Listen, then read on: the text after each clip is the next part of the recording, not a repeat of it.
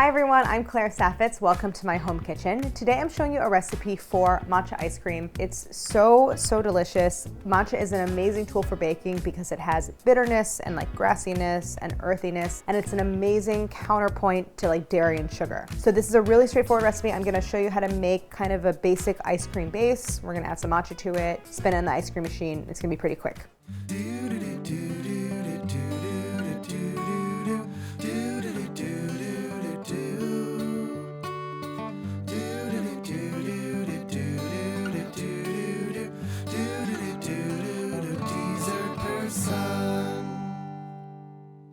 What I'm really doing is making a vanilla ice cream base, and we're adding matcha to it. And another reason matcha is amazing for ice cream is because you can add all the flavor, but you add no liquid. And that's really key for ice cream because the amount of fat and liquid like in milk and cream is really important to the overall texture of the ice cream. So when you can add flavor without adding liquid, that's always ideal.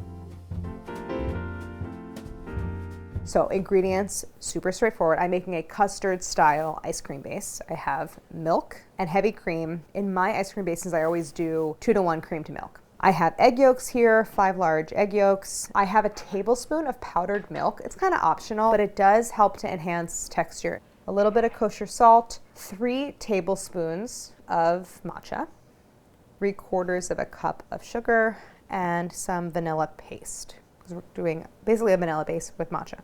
Special equipment, I'm using a saucepan. I like to temp my custard just to make sure I know the eggs are fully cooked, so I have an instant read thermometer, a little strainer for the custard, and then of course you'll need an ice cream machine. This is not a no-churn ice cream. You will be churning. So the first step, I have my saucepan here. So I'm gonna get this on like low, basically medium low. We're gonna start with our milk, our heavy cream, and this recipe makes about 1 quart of base.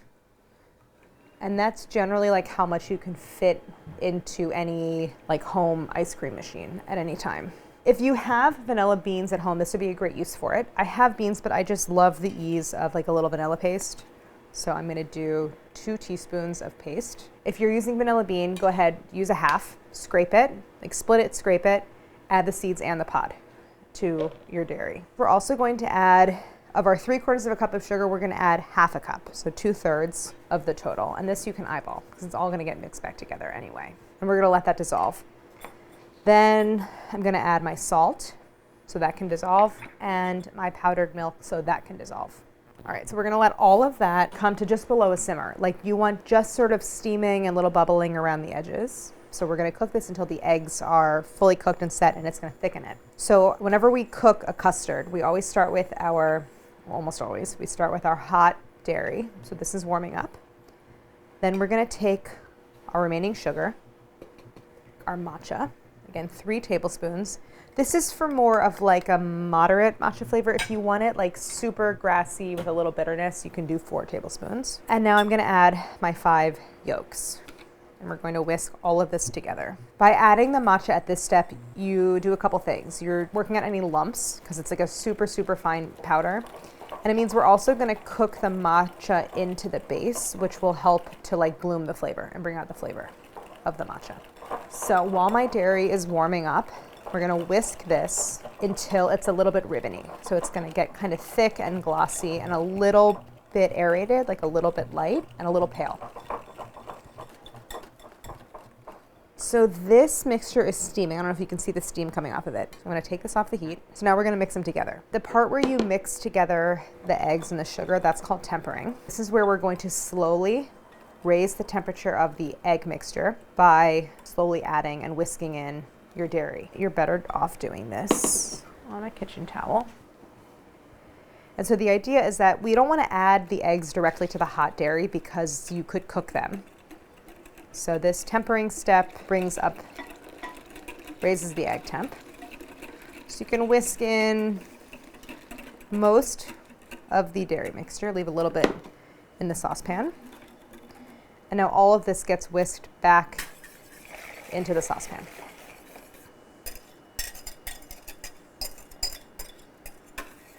One of the reasons why we warm up the dairy, it's partly to infuse it with flavor, like if you're adding vanilla, or you can like steep coffee beans in it. That's a way to infuse the flavor.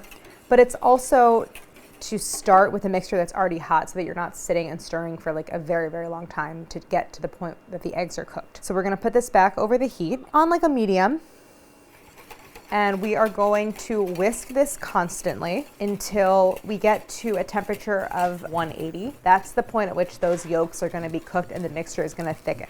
One way I know I'm there without actually having to even temp it is it's kind of holding the marks of the whisk. Like I can see the whisk leave a little trail. That's a sign of the thickening. And also when we were whisking the eggs, there was a foam that I developed, and that foam has kind of like reabsorbed into the mixture. So let me see what the temp is. Oh yeah. Oh, I'm there. So this is cooked. You can see how fast that was. So if I were to have started with you can like mix sugar and eggs and dairy cold and cook them up and bring them to temp. It just takes a lot longer. So starting with an already hot mixture means we get to that point much faster. So once I knew I was there, the eggs were cooked, I took it off the heat. The heat is off. So now we want to strain this. So I have this a very fine strainer, and that's because we want to catch any little bits of egg that like maybe overcooked or just didn't get incorporated, any lumps of matcha, stuff like that, because we want a super smooth ice cream. So we're gonna strain this. It's much easier to strain it while it's hot. So that's probably why we're doing that at this stage. There's definitely some matcha little bits that I'm able to strain out. All right, so I'm gonna go ahead and finish straining this. And once it's strained, this needs to chill. So it's really best if you leave it overnight, but like at least 4 hours. And that's so that the custard has a chance everything should get cold. And that's because we wanna start with a cold base when we go to spin the ice cream. So I actually have one that I made last night and it's ready to go. And we're gonna go right into spinning our ice cream. I'm happy to have an excuse to get out my ice cream maker. So here's my base that was set up last night. So I'm gonna pour this in.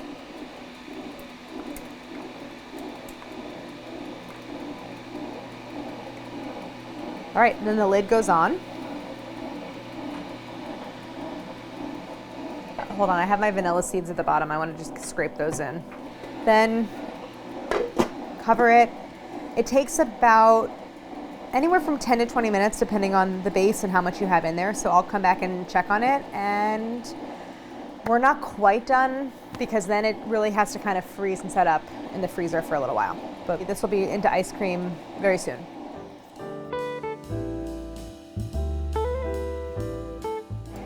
I'm gonna turn the machine off. Generally, I know the ice cream is done when it has like a little bit of a stretch to it. Obviously, it's like gotten thick, starting to pull away from the sides. It's done spinning, but it does need to freeze solid. So you know what I should have done is like pre-frozen this in the freezer, but I forgot. So we're gonna just scoop the spun ice cream. See that stretch? I love that. We're gonna scoop this into our loaf pan, cover it, and this just is gonna freeze solid in the freezer for a little bit before we can scoop it and taste it.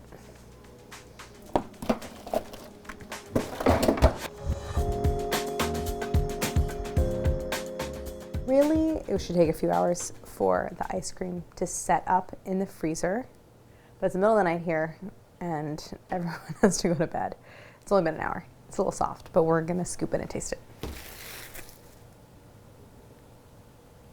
Ooh, it is like such a nice consistency. Oh my gosh. Actually, it's kind of like the perfect texture. It looks so delicious. So I'm gonna try it.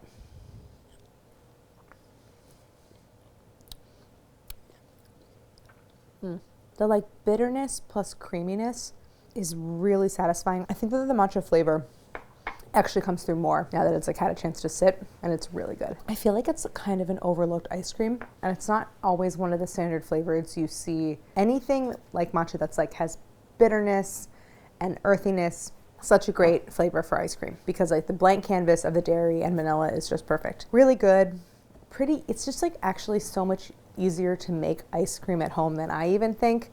And really truly the hardest part is like getting out your ice cream maker. That's the most annoying part. Everything else is great. And if you have a bunch of egg yolks, perfect use for it. And like matcha is delicious all year round. And I'm actually really excited that I have this one plus another base in my fridge, which I'm gonna spin. And we're gonna have more matcha ice cream. Thanks for watching. Don't forget to like and subscribe.